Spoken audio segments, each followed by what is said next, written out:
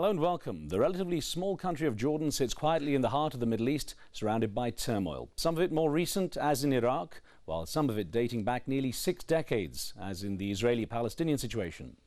Where does this leave the young generation of Jordan, which has seen a population changed over the years by a huge influx of Palestinians, and in the past 4 decades by a flood of Iraqi refugees?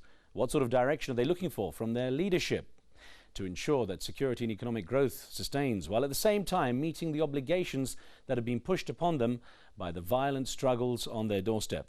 In this special edition of the show, we ask a panel of young Arabs here in Jordan, what does the future hold? Well, I want to welcome you all and thank you for joining us for this debate. I've got to kick off by asking you what you think of the situation here in Jordan right now, and I guess in the Arab world. But Mahmoud, if I could start with you and ask you how you feel things are in Jordan right now. Is the country going the way you would like it to be going? Well, you know, Jordan is a small country, and with all the conflicts around us, all the war, the fightings, everything, we need to have some kind of behavior we have so we can approach what we're going to, what we're looking forward to. Jordan have, as you said, so many refugees in different years, starting with 1948 and 1967, 1990, and then 2003. Well, this affects Jordan when you have like 500,000 people move suddenly to Jordan, which is a small country with no oil, no raw materials, all this. So you have to meet this. This is our own conflict became.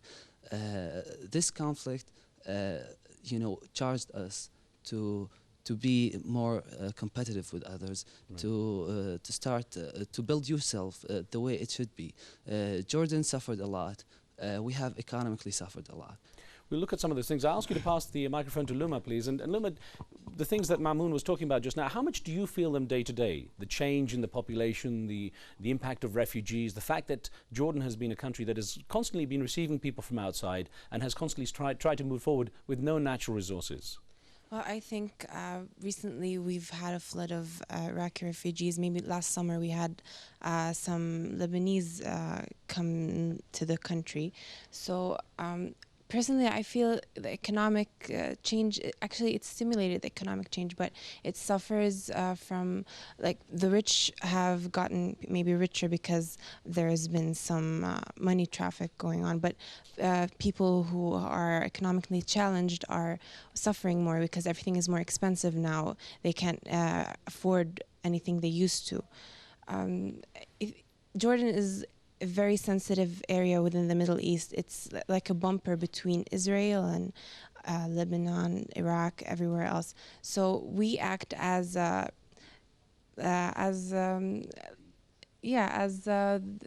safe place, right. A safe haven for the rest of some sort of refuge as well. Yes. If someone asks you what is a place like Jordan like to live in, what do you answer them? I'm sorry. What if someone asks you, what is Jordan like as a place to live in? How is it like living in Amman, for example, living in Jordan? What would you tell them? 3 words maybe: expensive, safe, and beautiful. Beautiful. Okay. Yeah. I have a question for you about the way things have been going here now. We were looking at the 40th anniversary of the Six-Day War. Okay. Of course, this is something that's been going on, I mean, before any of you were born. So how do you relate to it as a Jordanian? You know, it's like a continuous thing, you know. If I look at it back and I look at it now, I think things are going better in Jordan, especially in Jordan. But if you look around, I believe, you know, if things stay like this way, things are going worse. You know, if you look at Lebanon, if you look at Palestine, Iraq, Iran, Syria, things are going bad, you know. But, you know, thanks God, in Jordan, I believe things are going, since that day and now, it's going all right. It's going good. Yeah. Wa'ad, I should ask you, because you've actually come into Jordan from Ramallah. Yeah. So this isn't your home as such. You have your home outside, and you're dealing directly with the Israeli-Palestinian situation. I wonder how you now, again, being a young woman, when people say it's the 40th anniversary of the Six-Day War, how does it resonate with you as a Palestinian? Well, as a Palestinian, we've been affected by many crises since many years. In many cities in Ramallah, in Palestine, the situation is deteriorating. It's not getting better. You feel it day to day? Yeah, I feel it's deteriorating in Gaza especially because things, there's no peace coming up, there's nothing better coming up, but I think that there is hope in the Palestinian youth. There is hope? Yes, I guess so, because as a Palestinian youth, I feel that nowadays Palestinian youth are given many opportunities. They're given opportunities to enhance themselves, and I am sure that they have the potential, but they only need the means to achieve their goals. And that's why I feel that there will be hope in the future of Palestine, because there's hope in their youth. Habiba, you're also someone who's come in from outside. You come from Egypt and you're in Jordan. First of all, I mean, your impression when you look at Jordan, comparing it with your life in Egypt, well, how does it strike you? Well, definitely there are similarities. There are a lot of differences as well. For an example, a very big difference is the population between Egypt and Jordan. For example, in Egypt, it's a lot more crowded. There are a lot more people. I guess here in Jordan, it is a safe haven. Like Luma said, it is where a lot of people come in to seek, to find safety for their own securities, similar to Egypt. But I guess they would choose to come to Jordan because there are less people here. At the same time, there are many differences. As in Egypt is more diverse with its culture. There are more foreigners in Egypt, I guess, than there are in Jordan. So, Habiba, to what extent, being in Egypt, Egypt again, having found its sort of sense of peace with Israel, how isolated are you from what's going on here in this part of the Middle East, where, of course, they're dealing with the conflicts much more directly? Okay, I think isolated is not exactly the word we would use, because as Middle Easterns, we're influenced directly by our surroundings. We're obviously living in the heart of the region, and so there's direct influence. As Egyptians, there's a political side to it, where we do have our peace with the Israelis, and therefore we have to look at it from two different perspectives, and so it makes it more difficult for us as individuals, and we would have to choose which side we would lean towards, if you understand what I mean. So Mamoun, how do you regard Jordan's peace treaty with Israel? What has it done for Jordan? Is it a good thing or a bad thing in your opinion? The peace, is the peace with Israel, it has many sides. First, we gained our security. We are safe here in Jordan. We're the safest spot in the whole Middle East, you can say. But in the other way, you have a huge from the people from the high, they're against this peace. You think there's a lot of people in Jordan against it? Not a lot of people, but there's an amount of people, a percentage of people that they're against because of the conflict with the Israeli-Palestinian conflict, and also for religious stuff that we have some different. Some differences. Yeah, as well, some differences with that, how we deal with this thing in a religious way or in the other way. Right. Yeah, in the politics way. Luma, if I could ask you a question here. When it comes to what's happening in Palestine, the Palestinian territories with Gaza, the way things are going, how do you, here in Jordan, how much worry is there that could spill over, considering how many Palestinians there are in Jordan? Actually, we're very worried that it would spill over. I think we are safe temporarily until, personally, I feel until it is no longer beneficial to Israel. As long as Israel is threatening Palestine, then they could be threatening anyone else. Jordan, as I said, is a bumper for every other country. So it is very important for Israel to stay safe with Jordan, because because we are the boundary between them and every other country. If Jordan is invaded, then the other countries could come through Jordan into Israel and start a war. So I believe as long as Israel thinks it's beneficial for them, then the peace will stay. One thing that people are obviously talking about a lot here is the number of Iraqis that have come in since 2003, and I wonder how the shift is in the emotion of the Jordanian people about the number of Iraqis coming in. What's the mood, towards Iraqis now? Well, first of all, we did really feel sad about the Iraqis. What happened in Iraq. We really felt bad for that, and then after I believe that the huge amounts of Iraqis coming here to Jordan, I believe somehow it's a nice thing that we brought Iraqis over here, as their second home now is Jordan. I believe, yeah, I really felt bad for what happened, and I believe Jordan did a good thing. And as my friend over here, Lama, said, that the things that, as she said, rich people, they become richer and stuff. They did influence Jordan somehow. It's good for the economy and it's good for the whole country. But sometimes some people it's an advantage, and for other people it's a very disadvantage. Well, of course, initially you had the flood of people who had the money, who could leave and could come and put in $100,000 into the bank and get passports and so on. But I wonder now, obviously you have people who are escaping the troubles, who have nowhere else to go. How is that changing the makeup of the society in Jordan? Is there a concern? We're getting used to it.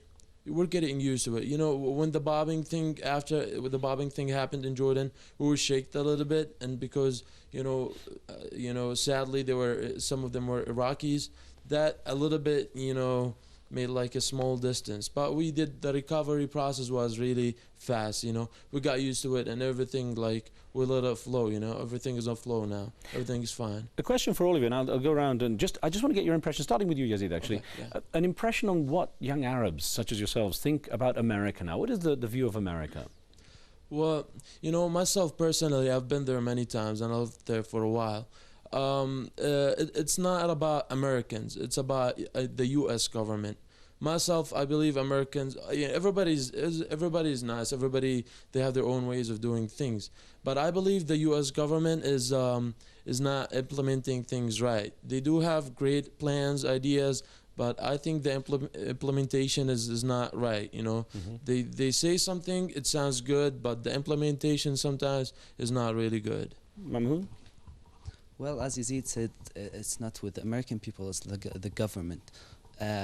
I think that they gone too far with the violence. They gone too far with the army. It's not everything that can be solved with armies and with wars. This is how we see it, that America is always looking forward for the war. But I also been there, but American people are different. So we're dealing with the government. So, Iraq, especially in the Middle East, they used a lot of violence. So we just want them to stop this. So Loma, what is the most misunderstood thing about Americans here then? I mean, generally there's a positive view towards the American people. It's the government that people seem to have an issue with. So that, most American people don't really know this. I think they think of Arabs thinking of Americans badly. Yes, we also believe that Americans think Arabs think they're bad, but also it's vice versa. I'm also against the government. I have nothing against the American people, but the American government has done a very good job of making the Americans afraid of Arabs. I think Americans in general have an idea that all Arabs are terrorists. Maybe not all of them, maybe most of them, maybe some of them, but the idea is out there. So for us, it's not comfortable to be dealing with Americans since they think in such a negative way about us. There has been, though, a trend among young people in the Middle East, and we're seeing it a lot among Palestinians as well, a sense of, perhaps there is not the hope, when they don't see the peace treaties working out, when it seems to be conflict after conflict, there seems to be a lot who are drawn towards more religious extremism. How much do you see that among young Palestinians? They turn to religion and perhaps, the risk of them taking extreme action. Well, you're talking about Palestinian youth. I think that they're doing a great job in Palestine nowadays, but they're not being portrayed in the good image to other countries. That's why I think that the media should focus more on Palestinians and on the good things Palestinians do nowadays, because they are really improving themselves. They're really doing real good things, but we're only focusing on politics. Right. We're focusing on not terrorists, but we're focusing on certain parties in Palestine and certain crises in Palestine, and not on the good things, positive things Palestinians are doing nowadays. So it's not truly representative of what's happening, you feel? No, there is no truly representative.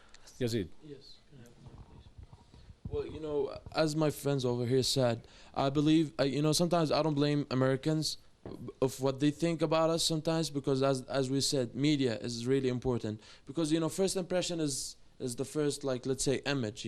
When I look at TV and watch what happens, as she said, Luma and Habiba, they see they see the bad side, or they say, let's say, they make it look bad. They don't, let's say the media, they don't show the good side. They don't show, young kids being killed. They don't show, women getting killed as well, or mistreated, They show just the bad image, They don't show the good part. They don't show the youth. They didn't show what's going on, really, what's going on. So when anybody sees this, just he'll say, okay, they're all terrorists, We should do something. We should bring out something. We should let Americans, we should let everybody that we're normal people, we're good people, everywhere. They do have a bad image about us. I have a question for Luma, actually, if you could pass the microphone over. I was surprised coming back to Amman after some time with how many young women are wearing hijab. How many have decided to cover their heads now? It seems far more than when I was here just a couple of years ago. Why is that? Well, I haven't really noticed that.